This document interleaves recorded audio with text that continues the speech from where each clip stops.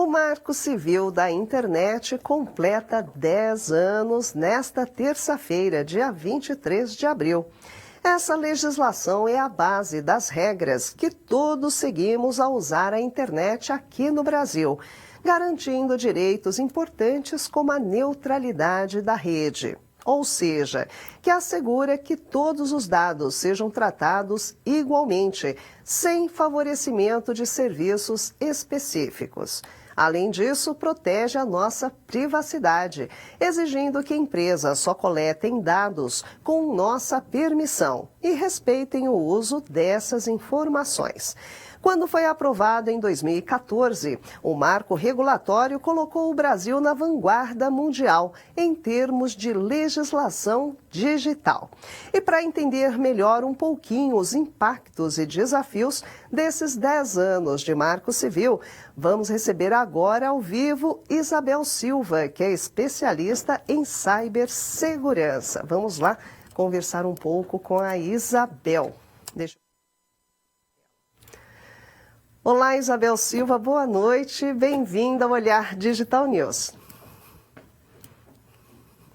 Muito boa noite, obrigada, eu que agradeço a oportunidade, é muito bom estar aqui com vocês.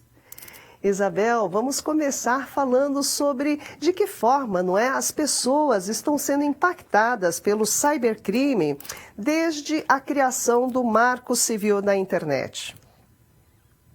Bom, vamos lá. Eu acho que o Marco Civil trouxe uma diretriz que não havia no país, né? Então, a questão, como você mesmo disse na abertura, dos dados, da segurança desses dados, de dar autorização para que esses dados sejam utilizados da maneira correta.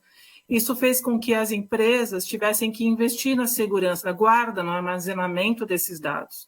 Então, trouxe uma segurança para o usuário que há 10 anos atrás nós não tínhamos, né? A internet cresceu muito rapidamente, todos tiveram acesso, o que é ótimo, mas o Marco Civil trouxe essa regulamentação e fez com que as empresas financeiras ou qualquer outro ramo de atividade que use o dado investisse em segurança no armazenamento. E um outro ponto importante também, o usuário hoje tem direito a fornecer ou não essa informação, né? Ele tem que dar o consentimento. Isso também traz uma responsabilidade muito grande. Com tudo isso, a gente entende que o dado, em geral, acaba ficando mais seguro para o usuário. Agora, Isabel, o Marco Civil ele pode nos proteger do ambiente tóxico, não é? Que as redes sociais têm se tornado cada vez mais, ou não, ou precisa ser revisto. Qual a sua opinião?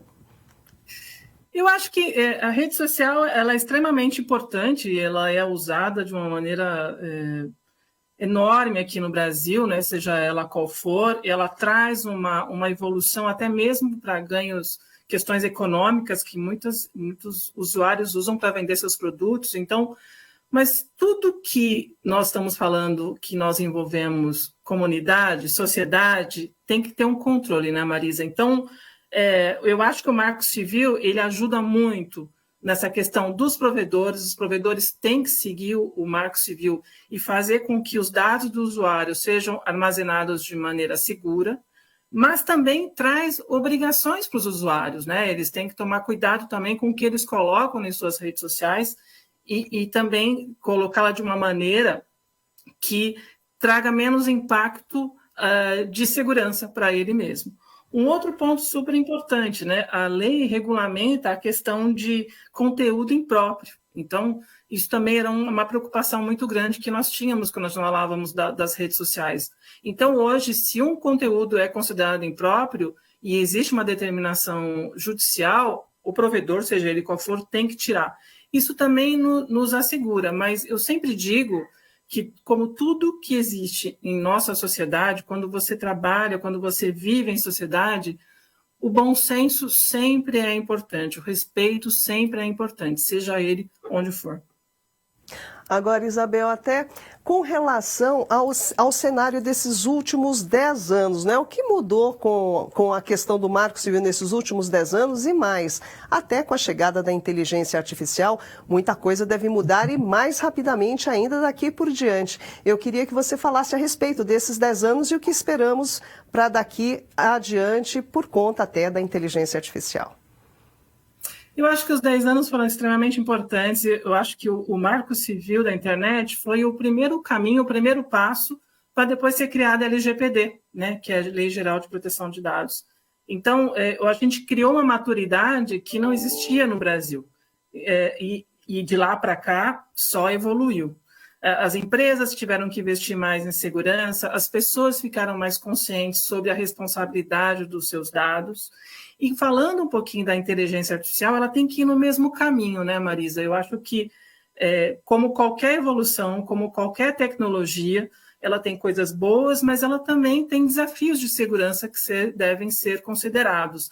Então, o Marco Civil ele precisa ser ajustado, isso é normal de qualquer lei que seja criada, porque novas tecnologias vão sendo criadas, são sendo utilizadas, mas a IA tem muito a desenvolver ainda. Ela tem integração entre as tecnologias, ela tem utilização para desenvolvimentos internos, ela tem utilização no dia a dia.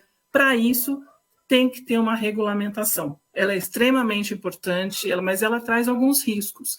E eu acho que a gente já tem experiência com o Marco Civil da internet, que pode ser usado também para IA. Né? A gente já tem essa maturidade. Nós criamos, como você mesmo disse no começo, foi muito importante naquela época, foi um dos pioneiros a fazer isso. A gente precisa fazer a mesma coisa com a IA agora, criar uma regulamentação com direitos, deveres e muito claro de o que é permitido, o que é um risco e o que pode ser utilizado por usuário comum ou pelas empresas. Pois é, e essa adaptação até nem pode demorar muito, já que a velocidade da chegada da IA pode trazer problemas em curto prazo, não é, Isabel?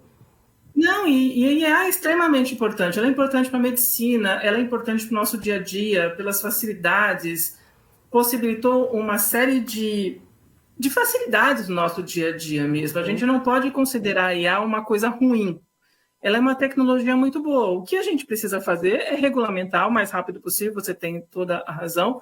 Mais uma vez, eu reforço que o Marco Civil da Internet nos deu essa experiência, então tem como a gente fazer isso, mas a gente tem que fazer com que essa regulamentação seja muito importante para evitar uso indevido, mas também uma regulamentação que permita que a IA seja utilizada por todas as pessoas, empresas, pessoas físicas, pessoas jurídicas em geral.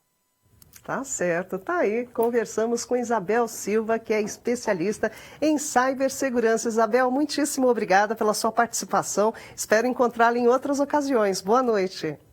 Eu que agradeço, Marisa. Boa noite a todos. Obrigada. Obrigada, Isabel. É isso aí, pessoal. Vocês acompanham tudo sempre aqui com o Olhar Digital. Ficam sempre por dentro de tudo.